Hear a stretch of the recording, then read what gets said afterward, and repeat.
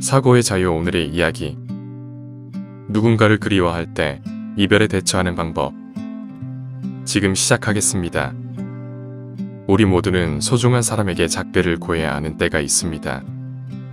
이것은 삶과 죽음 때문일 수도 있고 단순한 이별이나 다른 곳으로 이사하여 친구와 헤어졌기 때문일 수도 있습니다. 우리가 누군가에게 강하게 애착을 가질 때 이별은 많은 상처를 줄 수 있고 그리움과 슬픔을 동반합니다. 그래서 지금부터 이별에 대처하는 철학적 몇 가지 방법을 알려드리겠습니다. 첫 번째, 무상. 무상한 우주에서 수많은 사람들이 영원한 삶을 갈망합니다. 다른 사람에 대한 애착에 관해서는 특히 그렇습니다. 무언가 기분이 좋을 때 우리는 가능한 한 오랫동안 그 상황에 머물기를 원합니다. 그래서 우리는 사랑하는 사람과의 관계가 영원히 끝나지 않기를 바라죠. 하지만 현실은 모든 것이 오고 가고 사람도 마찬가지입니다.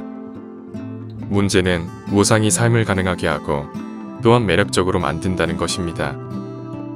인간의 존재가 영원하다고 상상해보세요. 그러면 그들이 항상 여기에 있었고 태어나지도 않고 죽지도 않습니다. 그것들은 변하지 않고 정적이고 완벽하게 예측 가능할 것입니다. 그러한 삶이 매력이 있을까요? 인간으로서 우리는 변하지 않는 것에 끌리지 않습니다.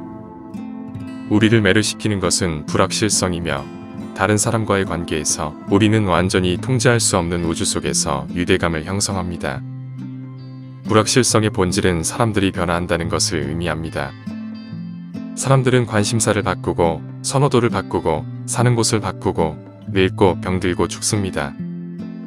이것은 엔트로피에서 우리 모두가 치르는 희생이며 사랑하는 사람들이 함께 있을 때 충분히 사랑해야 하는 이유입니다. 그러니 언젠가는 불가피한 변화로 인해 그들이 우리 삶에서 없어질 것임을 받아들여야 합니다. 다음은 불교 승려 틱렬 헨의 말입니다. 만약 우리가 비어있지 않으면 물질 덩어리가 된다. 그러면 우리는 숨을 쉴 수 없고 생각할 수도 없을 것이다. 비어있다는 것은 숨을 들이쉬고 내쉬는 것이며 이것은 살아있다는 뜻이다. 그러니 비어있지 않으면 살아있을 수 없다. 공허함은 무상이며 변화이다. 그러므로 우리는 무상함에 대해 불평해서는 안 되며 무상 없이는 아무것도 가능하지 않다는 것을 알아야 한다. 두 번째, 당연함의 제거. 인생은 어떤 약속과 함께 오지 않았습니다. 우주는 여러분이 가진 모든 것을 여러분에게 주었고 여러분은 여러분에게 주어진 것보다 더 많은 것을 받을 자격이 없습니다. 다소 가혹하게 들릴 수 있지만 자연은 오래 지속되는 안정적인 인간관계라 결혼 생활과 같은 것을 약속한 적이 없습니다. 아마도 사회는 우리가 특정한 사람들을 포함하여 우리 삶에서 많은 것들을 받을 자격이 있다고 믿게 만들었는지 모르지만 현실은 그렇지 않다는 것을 인정해야 합니다. 우리는 누군가를 그리워할 때 그 사람이 우리 삶에 없다는 상황에 불안함을 갖습니다. 특히 이별 후 우리는 때때로 그 사람과 함께 있을 권리가 있다고 생각하며 그들의 부재로 많이 괴로워합니다. 하지만 큰 틀에서 볼 때 우리는 사람을 소유할 수 없습니다. 단순히 사람들과 함께 할 수 있는 것이죠. 그중 일부는 평생 머물지만 대다수는 승객일 뿐입니다.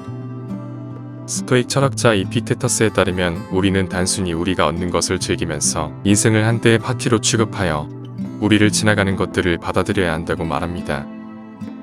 여러분이 이 세상에 가져온 것이 있습니까? 원하는 것이 있으신가요? 그것을 향해 욕망을 뻗지 말고 그것이 나에게 도달할 때까지 기다리십시오. 자녀에 대하여, 친구에 대하여, 명예에 대하여, 재물에 대하여 욕망을 뻗지 말고 기다리세요. 세 번째, 몸이 멀어져도 마음으로 사랑하라. 누군가를 사랑한다는 것은 그들을 자유롭게 한다는 것을 의미합니다. 사람들이 우리 삶에서 떠나거나 어떤 식으로든 우리와 떨어져 있을 때 그들이 돌아오기를 바라는 대신에 우리는 그들을 가슴속으로 사랑할 수도 있습니다. 우리가 사람들이 나를 위해 무언가 해줄 수 있는 것 때문에 사랑한다면 우리는 삶에서 그들의 소중함을 놓치기 때문에 헤어진 이후 그들을 더욱 그리워할 수 있습니다. 그들은 우리의 기분을 좋게 해줬고 맛있는 음식을 만들어줬고 우리의 불평을 들어줬고 우리를 즐겁게 해주었습니다. 그리고 이제 모든 것이 사라졌고 그들의 빈자리로 우리는 불안감을 느낍니다. 그러나 우리는 스스로에게 질문을 해보아야 합니다. 내가 그들에 대해 가장 좋아했던 것은 무엇이었을까? 그들이 자신의 미래를 위해 우리에게서 멀어지고 있나요? 예를 들어 그들은 꿈과 야망을 추구하기 위해 다른 곳으로 이사를 했나요? 따라서 우리를 위한 것이 아니라 그들을 위한 것이 무엇인지 생각해 보세요. 그들은 지금 더 나아질 가능성이 있으며 그것이 그들에게 행복할 이유가 되어야 합니다. 그리고 그들이 그렇지 않다면 우리가 그들과 함께 있지 않고 그들로부터 아무것도 얻지 못하더라도 적어도 그들이 행복하기를 바라야 합니다. 이런 식으로 우리는 그들이 우리와 함께 있기를 바라는 고통스러운 욕망을 불교에서 말하는 자애, 즉 모든 생명체가 행복하기를 바라는 무조건적인 소망으로 바꿀 수 있습니다. 네 번째, 현재에 집중하라. 떠나간 사람을 잇는 가장 직접적인 방법은 관심을 현재로 옮기는 것입니다. 예를 들어 우리가 당면한 일에 집중하거나 사람들과 대화에 몰두할 때 우리의 초점은 우리가 그리워하는 사람에게 있지 않을 것입니다. 과거와 미래는 여러분을 지배할 힘이 없다는 사실을 스스로에게 상기시키세요. 오직 현재에 집중해야 합니다. 우리가 누군가를 그리워하는데 많은 시간과 에너지를 쏟을 때 우리는 과거의 기억에 우리 자신을 넘겨주게 되는 것입니다. 기억에는 잘못된 것이 없지만 이미 사라진 것에 대한 욕망이 오늘 우리가 하는 일을 지시해서는 안 됩니다. 우리가 놓을 수 없고 존재하지 않는 것을 그리워한다면 우리의 현재는 잿빛이고 생명이 없으며 절망으로 가득 차게 될 것입니다. 우리는 다시는 일어나지 않을 과거의 문을 열어놓았기 때문에 당연히 현재의 문은 닫힐 수밖에 없습니다. 이로 인해 삶의 기회를 낭비하지 마세요. 우리가 누군가를 그리워하고 그 사람을 정말로 사랑하고 이 사랑이 상호적이라면 그 사람은 우리가 지금 이 순간을 최선을 다해 잘 살기를 바랄 겁니다. 오늘 이야기는 여기까지입니다. 영상이 마음에 드셨다면 구독과 좋아요, 멤버십 가입까지 부탁드립니다.